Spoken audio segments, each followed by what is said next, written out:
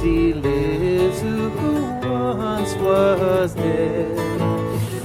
He lives my ever-living head.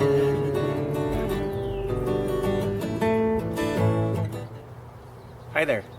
My name's John Stiles, and I was asked to put together a little video about myself by the church council so you can learn some things about me as you prayerfully consider the call committee's recommendation of my name as your next pastor.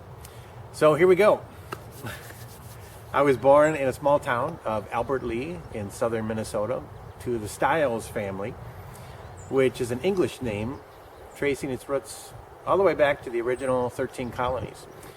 I was named after my great-grandpa John, who was named after his father, John, who served in the Civil War and raised draft horses in Iowa, along with about 10 children and his wife Mary. I'm the third child of 4 boys who kept mom and dad quite busy on their toes back in the 70s.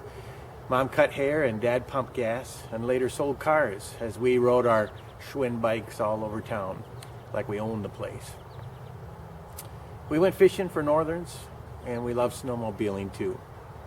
As a kid, I loved to draw comic books and played the drums in the high school band. Dad taught me how to play guitar, and he and Mom were in a band as well, and they would play for nightclubs and wedding dances. Let's just say that music runs deep in the Stiles family. After high school, I was the first in my family to go to college.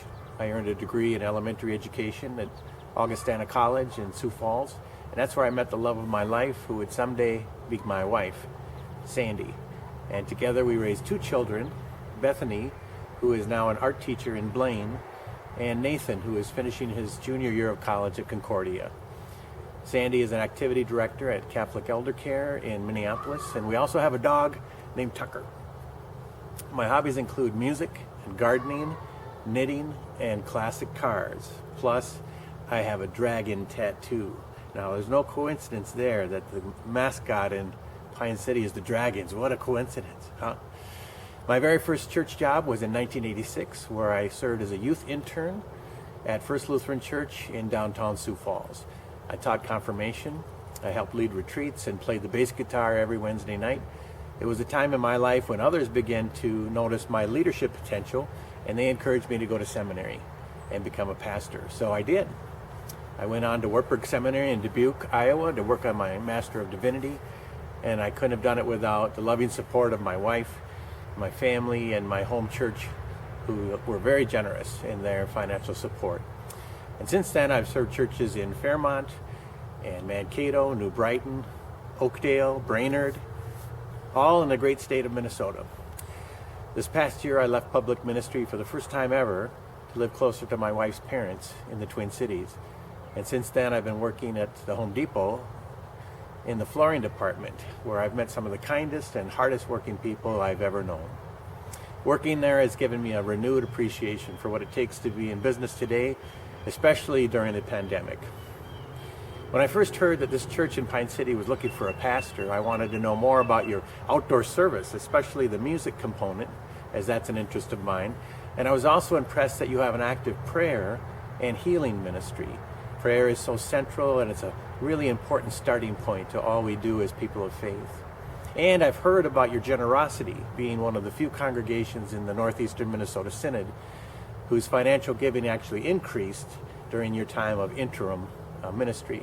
So needless to say, it would be an honor to serve as your next pastor of this church, to provide some shepherding along the way, as you called it in the announcements, but to also see how you will make me a better pastor during this time of growth together. It's a humbling experience to enter into ministry with the congregation and to lead you into the next chapter of your life together. There will be joys and challenges along the way, but God will go with you, come what may. In closing, let me remind you of the name of your congregation. The name Our Redeemer. I mean, isn't it good news just to know that God sees some redeeming qualities in you and in me? Now more than ever, the world needs to hear that good news, that you matter. Something in you is worth redeeming. And there's nothing that can separate us from that love of God in Christ Jesus. So God's blessings on your prayerful decision-making and on your upcoming congregational meeting. We wish you well, and God go with you.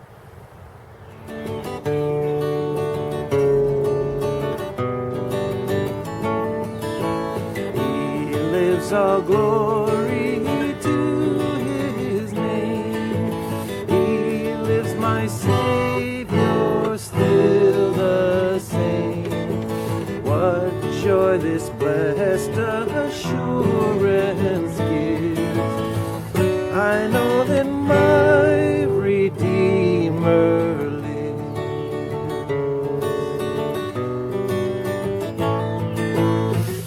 I know that my